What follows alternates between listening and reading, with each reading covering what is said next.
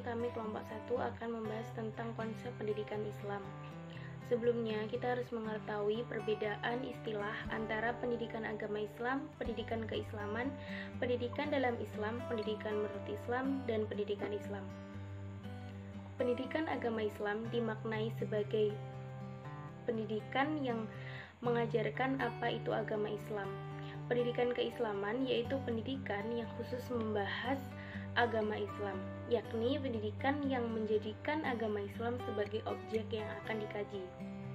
Nah, selanjutnya adalah pendidikan dalam Islam, adalah suatu proses bimbingan dan pengajaran oleh subjek terhadap objeknya, yaitu peserta didik. Kemudian Islam memandang pendidikan itu sangatlah penting bagi manusia. Karena sesungguhnya dengan adanya pendidikan, manusia akan mampu menyadari fitrahnya dan berusaha untuk terus mengembangkan potensi yang ada pada dirinya. Dan yang terakhir adalah pendidikan Islam. Pendidikan Islam adalah pendidikan yang berwarna Islam atau pendidikan yang bernuansa Islam.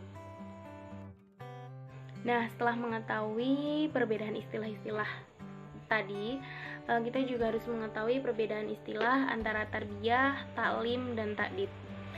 Yang pertama ada tarbiyah. Tarbiyah berasal dari kata rob yang artinya tumbuh dan berkembang. Sebagai prosesnya, tarbiyah menuntut penjenjangan dalam transformasi ilmu pengetahuan. Selain itu, tarbiyah juga bisa diartikan mengatur, menjaga, memelihara, seperti itu. Kemudian yang kedua ada taklim. Kata taklim berarti mengajar yang bersifat menyampaikan. Kata taklim berasal dari kata alama ya'lamu yang berarti mengucap atau memberi.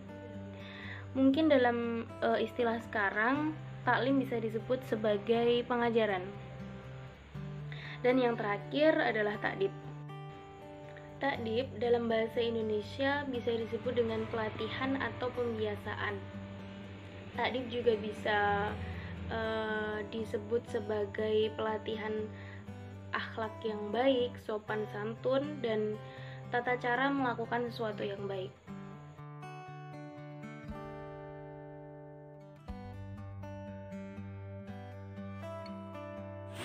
Poin kedua adalah dasar, sumber, dan asas pendidikan Islam. Yang pertama, dasar pendidikan Islam. Yang dimaksud dengan dasar pendidikan Islam adalah pandangan yang mendasari seluruh aktivitas pendidikan. Dasar pendidikan yaitu meliputi yang pertama Al-Quran dan hadis. Yang kedua, sumber pendidikan Islam.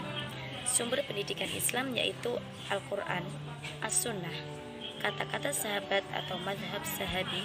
Selanjutnya adalah kemaslahatan umat sosial atau maslahil al-mursalah. Yang kelima adalah tradisi atau adat kebiasaan masyarakat atau bisa disebut dengan uruf. Yang keenam adalah hasil pemikiran para ahli dalam Islam atau ijtihad. Selanjutnya asas-asas pendidikan Islam. 3 buah asas akan dikaji lebih lanjut dalam paparan ini. Yang pertama adalah asas tuturi handayani. Yang kedua, belajar sepanjang hayat. Dan yang terakhir adalah asas kemandirian dalam belajar.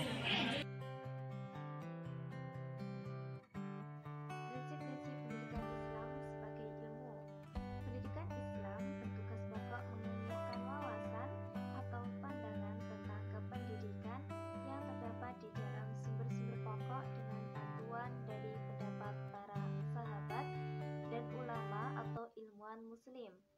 Dunia ilmu pengetahuan yang akademik telah menetapkan norma-norma, syarat-syarat, dan kriteria-kriteria oleh suatu ilmu yang ilmiah.